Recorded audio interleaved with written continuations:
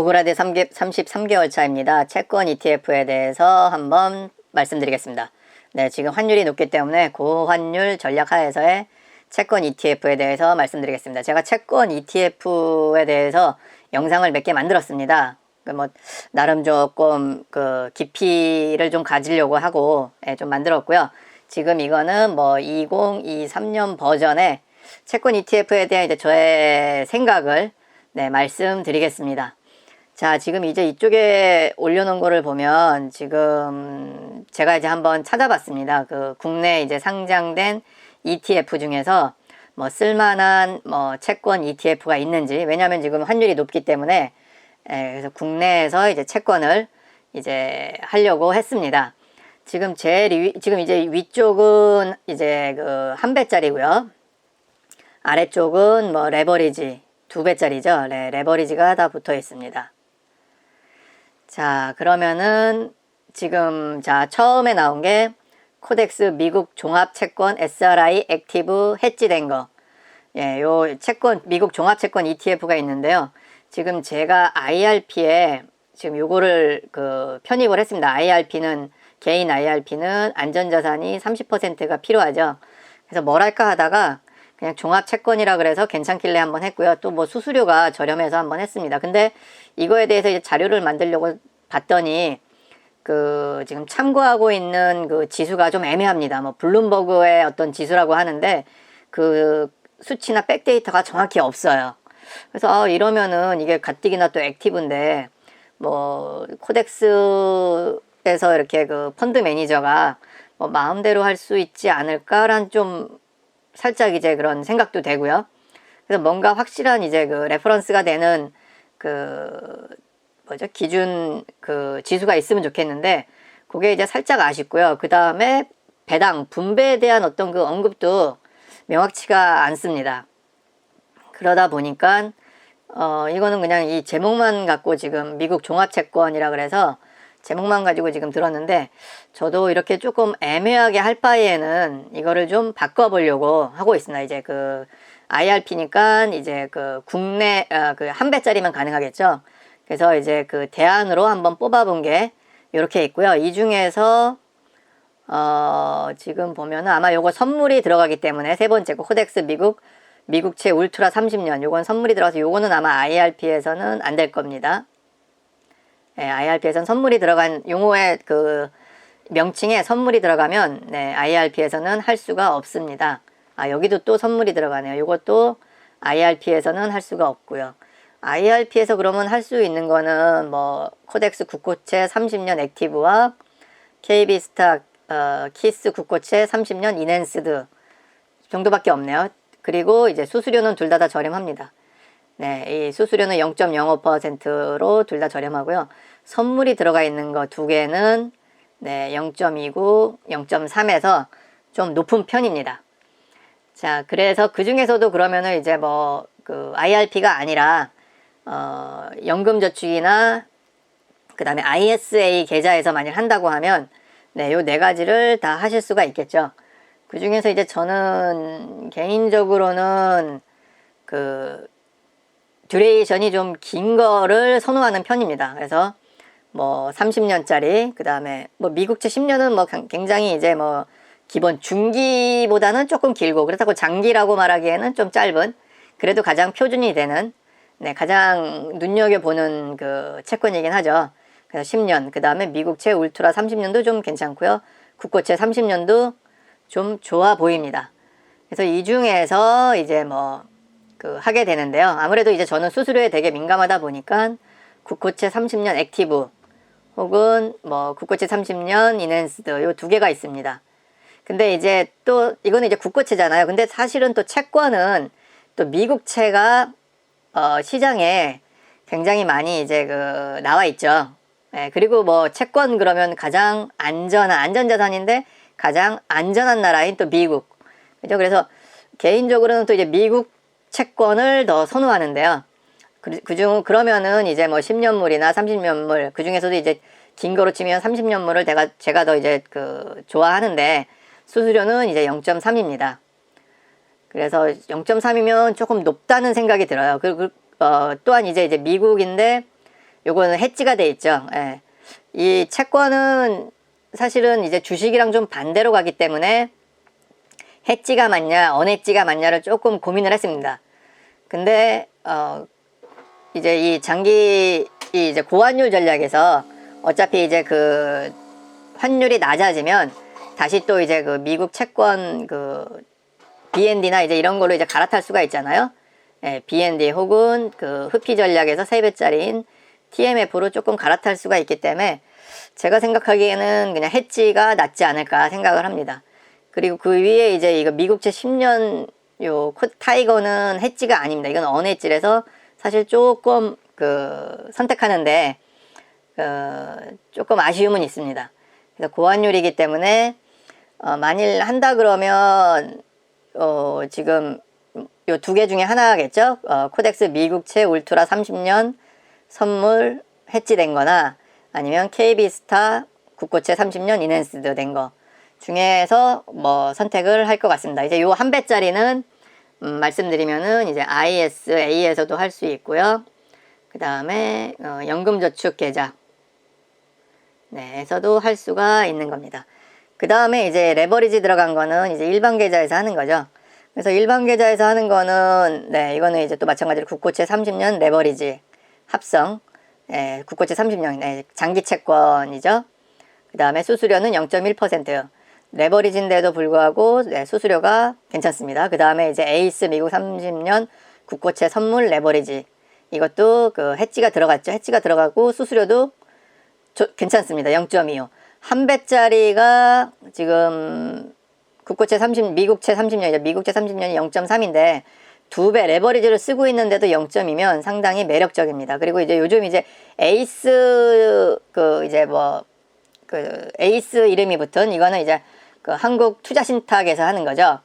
요 에이스가 붙어 있는 ETF를 선호하시는 분 이제 뭐 그래봤자 이제 제가 보는 거는 에이스 S&P 500이나 그 다음에 뭐 이제 이런 채권 두 가지밖에 안 보긴 하는데 S&P 500도 이제 에이스가 좀 좋다라고 말씀하시는 분들 좀 계시고요. 한번 뭐 제가 이제 잠깐 봤는데 수수료도 좀 저렴하고 괜찮습니다. 근데 뭐 워낙 이제 뭐 코덱스랑 타이거가 지금 기존 시장을 많이 지금 선점을 하고 있죠. 그리고 이제 규모도 있고 해서 에이스보다는 더 큽니다. 그래서 이제 그 코덱스나 타이거를 이제 중점 많이 좀 봤는데 에이스도 이제 이렇게 뭐 괜찮다고 하시는 분들이 좀 계십니다. 그리고 이제 뭐 크세프 국고채 10년 레버리지, 국고채 10년 레버리지가 있습니다. 자, 이제 뭐 채권 투자에 대해서 지금 새로운 거, 여기서 이제 뭐 새로운 거가 많이 나온 거예요, 지금. 나온 지 뭐 1년이 안 된 것들이 이 중에서도 몇 가지가 되고요. 지금 국내 그 투자자들이 이제 공부를 좀 많이 했기 때문에 이제 이 국내 ETF 시장도 지난번에 그 S&P 500도 새로운 상품들이 뭐 계속 출시가 됐잖아요. 이 채권 쪽도 마찬가지입니다. 지금 수수료도 저렴해지고 그 다음에 좀 매력적인 그런 채권들이 많이 그 출시가 되고 있습니다. 채권 상품들이 ETF 상품들이 많이 출시가 되고 있고요. 그래서 저도 이제 이거를 만들면서 많은 고민을 했습니다. 과연 채권은 주식이랑 반대로 가는데 해지가 좋을지 언해지로 할지 아니면은 뭐 국고채를 할지 뭐 미국채를 할지 뭐 레버리지는 이제 ISA 계좌에서도 할 수 있잖아요. 그래서 ISA 계좌에서 이 레버리지를 일반 계좌나 ISA 계좌죠. 이거를 좀 더 추가해야 될지 말지에 대해서 고민을 며칠 동안 했습니다. 자, 그리고 이제 제 이 채널에 채권에 대해서 질문해주고 계시는 분들이 근래에 뭐 2월달 그죠? 지난달에도 몇 분 계셨습니다. 지금 이 현명한 투자자라는 분이 이런 질문을 해주셨습니다. 주식 초보자인데요. 올웨더 포트폴리오는 주식, 채권, 그 다음에 원자재가 들어가죠. 그 다음에 금, 골드, 뭐 이제 이런 식으로 이제 그 운영하는 건데 이제 주식과 채권이 주가 되겠죠. 뭐 원자재랑 금이 뭐 7.5% 뭐 이제 굉장히 작은 비율인데 요거 하면은 15%네요. 요 보글에 대해서는 요 정도를 뭐 3배 레버리지, 그죠? 흡피 전략. 그죠? 흡피 전략이 어떠냐, 요런 이제 그 얘기도 하는데, 어쨌든 이제 뭐 올해도 포트폴리오를 하는 게 있습니다. 참고해서 시작해 보려고 하는데요. BND ETF를 포트폴리오에 편입한다면 괜찮은 선택일까요? 보통 채권 ETF로 알려져 있는 뭐 샤이, IEF, TLT 단기 채권 SHY, 그 다음에 IEF 중기, TLT 장기죠. 단기, 중기, 장기로 이렇게 구별을 했습니다. 맞습니다. 그 다음에 중기채는 IEF와 BND와 비교하면 어떤지 궁금합니다. 자, 이분은 이제 알고 계세요. BND는 장기, 단기, 중기 이제 모두 합친 거. 자, BND는 정확히 뭡니까? 미국 모든 채권이죠. 네, 미국에 있는 모든 채권을 다 합쳐놓은 게 BND입니다. 그래서 장기, 단기, 중기도 있고요. 국고채도 있고요. 뭐 회사채가 들어가겠죠? 모든 채권이니까. 네, 우량 채권들로 해갖고. 그리고 듀레이션이 요 영상을 보면 나오겠는데 제가 알기로는 중기 채권이랑 비슷하거나 좀 더 길거나, 예, 중기채가 이게 3에서 5가 그건가요? 그 다음에 뭐 6에서 10인가요? 10 이상이 장기채인지 저도 공부할 때는 다 알았는데 어쨌든 제가 이 BND가 뭐 7년 아니면 8년 뭐 9년 요 안에 듭니다. 그래서 요 듀레이션도 중기채 혹은 뭐 그 이상 정도 되는 것 같고요. 네, 그래서 BND에 대한 정보가 많이 없는 것 같습니다. 뭐 채권 어떻게 보면 되나요? 네, 뭐 이분은 이제 답을 다 알고 계세요. 그러니까 BND가 모든 걸 합쳐놨죠. 그래서 보그레드는 그냥 BND에, 그러니까 채권하면 그냥 BND.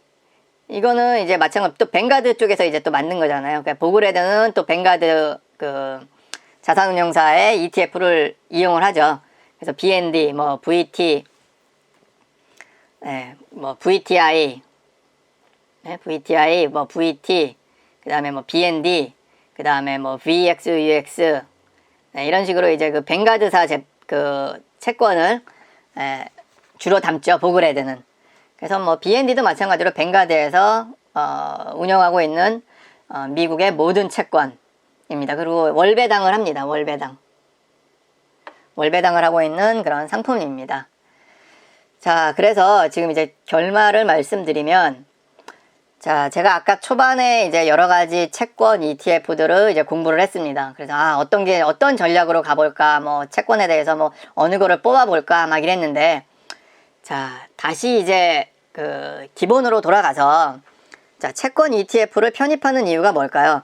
우리가 3펀드 전략에서 뭐 7대 2대 1이죠. 그러면 7이 뭐 VTI 미국의 모든 채권, 그 다음에 2가 VXUS 미국을 제외한 모든 나라, 그 다음에 뭐 1이 뭐 BND죠. 요거는 이제 좀 뭐 20, 30대 친구들이 이제 하는 거고, 액티브하게. 여기서 이제 나이가 조금 들거나 이제 뭐 나이를 점점 먹고 은퇴 시점이 다가오면 이제 요 BND를 점점 올려줘야 되죠.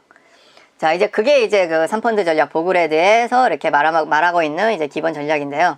자, 채권의 편입 이유는 자, 은퇴 후 사용 자금입니다. 첫 번째가. 왜냐하면 변동성을 줄이는 거죠. 그래서 만일 은퇴 시점까지 가면 뭐 요 VTI랑 VXUS를 뭐 VT로 보면, 이건 VT는 이제 전 세계 모든 채권이죠. 이렇게 하나로만 하실 수도 있고 VT로만 하실 수도 있고 아니면 VXUX랑 VTI를 같이 이제 뭐 섞어서 하시는데 이렇게 7대2나. 근데 어쨌든 이거 합쳐서 이거랑 이제 BND의 그 비율을 보시면 뭐 나중에는 5대5까지도 가게 되는, 그죠? 뭐 50대 이후 60대는 뭐 여기가 6이 된다. 50대는 5가 된다. 채권이 5가 된다. 뭐 이런 식으로 이제 그 말씀도 하시는데요. 조금 더 이제 액티브하게, 왜냐면 지금 장수 시대잖아요. 그래서 좀 액티브하다는 건 뭐냐면은 이 주식 비중을 좀 더 계속 유지를 한다. 계속 주식 비중을 유지하고, 그러면 그 은퇴 시점이나 이럴 때 최소한의 채권 비중은 어떻게 되느냐를 보면 약 한 3년 혹은 2년에서 3년치 생활비라고 합니다. 은퇴 후. 요거는 이제 한 요 정도 기간이 이제 하락장이 지속되거나 이럴 때 조금 이제 버티는 정도가 되겠죠. 그래서 그 1년에 뭐 3천만 원을 그 생활비로 쓴다라고 하면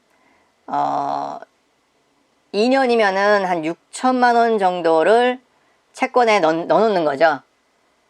맞죠? 예, 6천만 원. 그리고 나머지 금액을 주식에다 넣어놓는 겁니다. S&P 500이나 VTI, VXUX, 뭐 VT 뭐 이런 식으로 해서 그래서 2년에서 3년 정도의 자금은 이렇게 넣어놓으면 좋다. 왜냐면은 이제 하락장이 이렇게 한번 시작되면 이렇게 지금 같은 경우죠. 1년 동안 계속 하락해 있는데 이때 채권 비중이 없으면 주식을 팔아서 생활비를 해야 되잖아요. 근데 하락했는데 파는 거는 너무 아깝죠. 이에 반해서 올해 같은 경우가 좀 예외긴 해서 지금 이 BND도 많이 하락을 했는데 엄청나게 했는데 일반적으로 봤을 때는 주식이 하락하면 채권은 좀 버텨줍니다. 주식이랑 좀 반대로 만일 뭐 반대가 되는 경우도 있겠죠. 주식이 상승장이다. 뭐 채권이 떨어졌다. 은퇴했는데 돈이 필요하다. 그럼 주식을 팔면 되니까 그거는. 근데 이제 주식이 떨어졌을 때 근데 대부분 채권은 버텨주거나 아니면 좀 상승하더라. 그래서 걔네들을 좀 팔아서 은퇴 후 생활자금으로 쓰는 게 낫다라는 거죠. 손실을 많이 본 주식을 팔아서 생활비로 쓰는 거는 좀 아깝잖아요. 그래서 이제 그런 용도가 첫 번째고요. 그 다음에는 이제 하락장에서 활용하는 거죠. 지금 만일 액티브하게 해서 채권을 10%만 가지고 있다. 뭐 20, 30대 혹은 30, 40대인데 조금 액티브하게 지금 하고 있다. 공격적으로 하고 있다 그러면 10%인데 이런 식으로 이제 뭐 한 20% 주식이 뭐 20%가 마이너스가 났으면 이때 그냥 10%라도 팔아서 마이너스 난 주식을 사는 거죠. 작년 올해는 아니에요. 왜냐면 BND도 떨어졌기 때문에 이때 이제 특별한 경우를 제외하고는 채권이 버텨주거나 좀 올라가 있으니까 채권 팔아서 그 주식을 사는 게 있죠. 그래서 요거는 이제 하락장에서 활용하는 거고요. 마지막으로 이제 보험은 보험 역할이다. 그러니까 굉장히 그 예상치 못한 빅 이벤트가 터진 거죠. 뭐 근래에는 이제 뭐 그 코로나 19죠. 그 코로나 상태 2002년도 3월달 보시면 이때 이제 보시면은 장기 채권이 엄청나게 올랐습니다. 장기 채권은 엄청나게 오르고 주식은 엄청나게 빠지는 그게 딱 아주 명확하게 나왔거든요. 너무 짧은 시간에 주식이 확 빠졌는데 이때 장기 채권은 확 올랐어요. 그만큼 올랐어요. 그래서 어느 시점에서 보면 남들은 다 뭐 마이너스 20% 이상인데 이때 이제 조금 능력을 발휘했던 게 이제 흡피 전략이죠. 그래서 3배짜리 S&P 3배짜리 U-프로랑 TMF를 갖고 있었는데 U-프로가 뭐 50%가 빠졌는데 TMF가 50%가 올라준 그 흡피 전략이 뭐 55대 45 비율로 하니까 이렇게 됐을 때는 정말 이제 다들 굉장히 공포감에 쌓여 있는데도 계좌를 보면 뭐 마이너스가 별로 없었겠죠. 네, 이런 식의 이제 예상하지 못한 굉장히 뭐 짧은 기간의 어떤 그런 급격한 하락을 대비해서 이 장기 채권이 그렇습니다. 중기나 단기 채권은 이런 보험 역할을 하는 게 힘이 세지가 않아요. 이 보험 역할을 하는 거는 장기 채권이다. 장기 채권이 훨씬 더 중기나 단기보다는 훨씬 더 이 보험의 역할을 잘 해줍니다. 그래서 이제 저도 이제 뭐 장기 채권을 좀 선호하고 있는 편입니다. 자, 그래서 이제 그러면 투자는 자, 이제 저 X를 해놨죠. 그러니까 저도 공부를 많이 했습니다. 이거 사실 지금 채권 ETF 지금 제 채널에 이렇게 채권을 보러 오시는 분들도 지금 방송에서도 그렇고 채권 투자에 대해서 많은 분들이 말씀을 해주고 계시고 네, 지금 뭐 4%대가 지금 넘잖아요. 국내도 지금 4%대 되려고 하고 지금 중앙은행의 이율이 뭐 5%까지도 보기도 하고 막 이러는데 사실 뭐 여지껏 데이터를 보면 이렇게 중앙은행의 이율이 높다가 페드 금리가 높다가 대부분 다 이제 불황이 경제 충격이 오면 다 떨어지죠. 그럼 이때야말로 금리가 떨어질 때야말로 이 채권의 상승이 굉장히 두각을 나타내는 시기입니다. 그래서 지금은 다들 이제 뭐 4%, 5% 금리가 이제 끝자락이다라고 이야기들을 하고 있고 뭐 저도 거기에 동의를 하는 편인데 그러면 누가 봐도 와 지금 채권에 들어가는 거는 너무나도 당연해 보입니다. 근데 이제 제가 이거를 한 일주일 고민을 했는데요. 자, 채권은 투자를 한다는 거는 아닌 것 같다고 저는 결론을 내렸어요. 채권 투자를 저는 하지를 않기로 했습니다. 그 이유를 말씀드리면, 자, 이렇게, 그래, 뭐, 다들 지금 채권에 투자를 하면 다들 그 높은 수익률, 확률적으로도, 그러니까 어떻게 더 심하게 말하면 뭐 땅 짚고 헤엄치는 그런 상황인데, 다들 그렇게 말을 하고 있고, 저도 어느 정도 거기에 동의는 하지만, 채권 투자하는 거에서 열심히 지금 이렇게 막 공부를 하고, 레버리지인데도 수수료도 적고, 이거 지금 그러면 지금 돈이 없으니까 그럼 내가 주식을 팔아서 지금 채권을 할까? 지금 분명히 채권은 명확한데, 채권 ETF의 수익률을 올릴 수 있는 정말 절호의 타임인데, 바닥은 아니래도 최소한, 최소한 무릎인데, 이거 분명히 이제 뭐 머리끝까지 올라가는데, 이런 생각을 계속 했지만, 결론적으로는 안 하기로 했습니다. 자, 왜 그러냐면, 자, 이제 이 그래프를 보시면, 이제 이쪽이 이제 주식이 이제 플러스, 이제 채권이 플러스인 영역이에요. 그래서 요 1사 보면은 주식도 오르고, 채권도 오르는 영역입니다. 요거는 요 영역은 주식도 오르고 채권도 오르는 거는 우리가 2020년? 재작년이죠, 재작년. 그리고 2019년, 2018년에 주식이 잠깐 떨어지긴 했었는데, 어쨌든, 작년 빼고, 최근 3년, 4년 동안에 바로 요 영역이었습니다. 주식도 오르고, 채권도 오르고. 그래서 이때 사실은 이 흡피 전략이, 해치 펀디죠. 해치 펀디 엑셀런트 어드벤처. 흡피 전략이죠, 요게. 이 흡피 전략, 3배 레버리지 전략이 정말 잘 맞았어요, 이때는. 그래서 이때 간접 경험을 한 사람들이 흡피 전략에 많이 투자했고, 저도 마찬가지로 이때 이 백데이터를 보고, 10년도 안 되는 백데이터를 보고 나서 그냥 빠져버렸어요. 물론 이제 그 보그레드 포럼에 가면 흡피 전략에 대해서 50년 데이터, 100년 데이터도 있었지만, 시뮬레이션 돌린 거, 대부분 다 좋았지만, 지금 작년 같은 여기는 이제 주식도 내려가고 채권도 내려가는 영역입니다. 요런 영역을 얘기는 했어요. 백데이터도 있었는데 확률적으로 4분의 1밖에 안 되니까. 그리고 2020년 이때는 사실은 1월이라고는 그래요. 또 예측하신 분들도 많이 있지만 어쨌든 이렇게 자금이 풀리니까 중앙은행 금리가 올라갈 거다라고 있었는데, 근데 그 당시에도요, 중앙은행 금리가 거의 0%였는데도 미국 금리가요, 마이너스로 간다는 얘기도 많았습니다. 이렇게 오를 거라고 예상한 사람도 있었지만 아니다, 마이너스로 갈 거다라는 생각도 있었기 때문에. 그래서 이제 저도 이제 요거에 대해서 언급한 그 글은 읽었지만 이렇게 실제로 체험을 할지는 몰랐습니다. 그래서 지금 저의 흡피 전략은 마이너스 50%를 기록 중입니다. 어쨌든, 자, 그리고 이쪽을 보시면 여기는 이제 주식은 하락하는데 채권은 상승하는 영역이고요. 이쪽은 주식은 상승하는데 채권은 하락하는 영역이죠. 그래서 보통 보면은 이제 요쪽도 또 꽤 많은 시간, 그러니까 2, 4분면이랑 4, 4분면이죠. 많은 시간이 이제 이런 기간이 있기 때문에 보통 이제 주식이랑 채권이 상관관계가 좀 낮다, 반대로 움직인다라고 많이들 얘기를 했던 거죠. 그렇게 보면 지금 이제 채권은 그죠? 이렇게 보면 지금 작년같이 주식이랑 채권이 하락하는 요 특이한 경우가 아니라면 이 주식이랑 채권을 섞은 거는 대부분 괜찮다, 양호하다라고 볼 수가 있겠죠. 자, 확률적으로. 그리고 이제 채권이 올라가는 거는 1사분면과 2사분면에서는 계속 주식이 떨어지건 올라가건 간에 채권이 올라가는 영역도 있고요. 네, 그래서 채권 ETF 투자가 저도 이제 솔깃했는데, 포기한 이유는 이런 투자를 하는 거는 사실은 뭐가 따르냐면은 매도가 따릅니다. 네. 매도가 따르기 때문에 이 매도 타이밍을 보고 빠져나와야 돼요.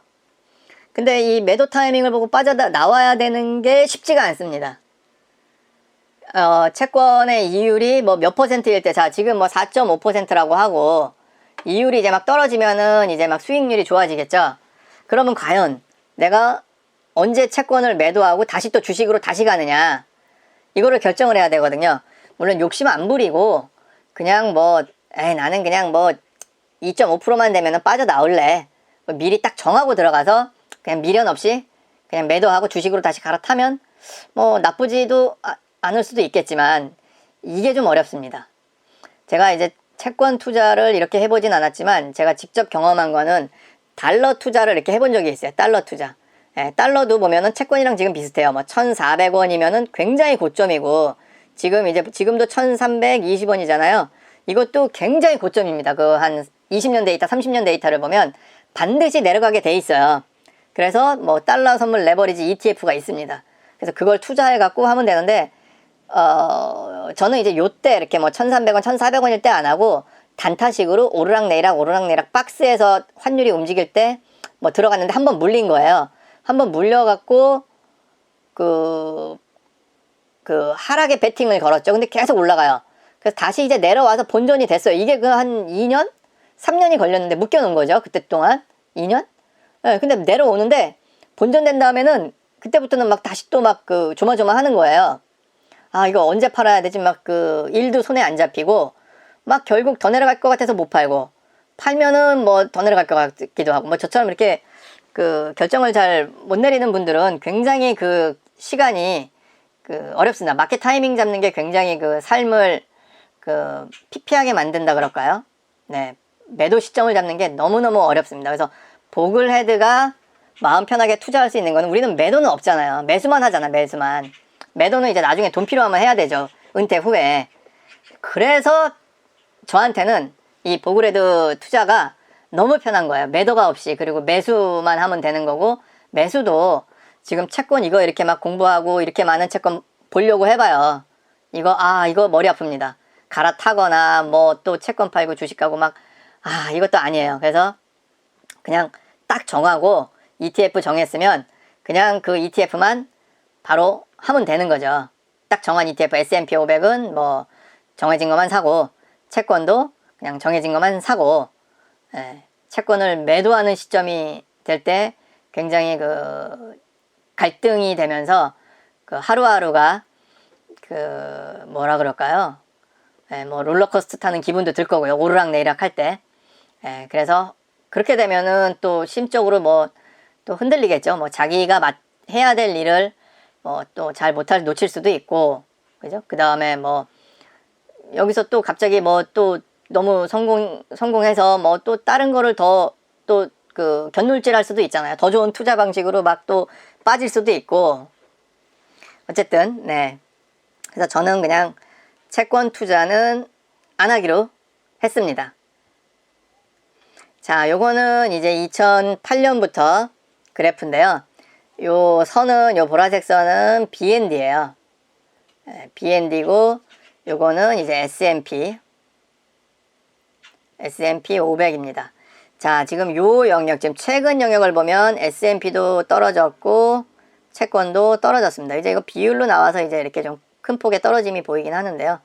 이렇게 두 개가 떨어지는 영역이 최근에 있었고, 그 다음에 뭐 여기 영역은 뭐 주식도 오르고 채권도 올랐죠. 그래서 요 코로나 때 보면은 주식이 떨어지는데 채권이 오른 요 영역은 뭐 좋았던 거고, 그 다음에 굳이 보자면 뭐 요 영역은 또 주식은 올라가는데 채권은 좀 떨어지죠. 그리고 요 영역은 뭐 주식 올라가고 채권 올라가고, 뭐 또 여기 짧게 보면 요 짧은 기간은 채권 떨어지고 주식 올라가고, 그죠? 뭐 이런 식으로 이렇게 보면은 채권도 이렇게 그 변동성이 있습니다.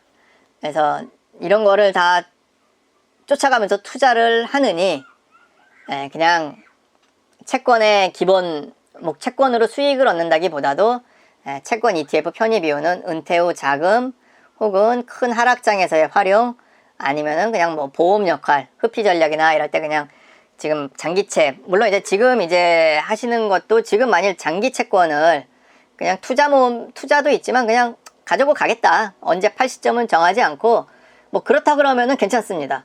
그냥 특별히 팔아서 뭐 주식으로 가거나 뭐 이러지 않고 아주 낮은 비중으로 10%뭐 이렇게. 왜냐면은 지금 다들 채권이 올라갈 거라고 수익이 눈에 뻔히 보인다고 다 말을 하는데 그래서 막 투자 비중이 좀 높아졌어요. 근데 주식이 올라가고 채권이 이렇게 횡보하면 약간의 그 포모라 그러나요? 그죠? 약간 좀 멘붕이 올 거잖아요. 그럴 수도 있거든요. 뭐 반대도 있겠죠. 뭐 지금 많은 사람들이 지금 채권 투자하고 하는데 그게 잘 맞아서 채권은 쭉 올라가고 주식은 계속 흐지부지 될 수도 있죠. 그러면 뿌듯하겠죠. 근데 뭐 올해 상반기, 올해 하반기 시장 아무도 예측을 못 하니까 그렇게 하느니 그냥 아예 그냥 뭐 보험 형식이라 그러면 장기 채권 뭐 조금 가지고 있으면 한 10%, 15% 이거를 뭐 당장 수익을 해서 매도가 아니라 그냥 가지고 있다가 나중에 보면은 이제 언젠간 떨어지겠죠. 그죠? 기준금리가 또다시 뭐 0%대로 오겠죠. 이게 뭐 3년이 걸릴지 5년이 걸릴지 10년이 걸릴지 모르겠지만 뭐 그럴 때는 그때 참 이거 채권 수익률 좋네. 그럼 채권 팔아서 주식을 S&P로 또 다시 살 수가 있는 거죠. 그래서 이제 그런 용도로 저는 이제 활용을 하기로 했습니다.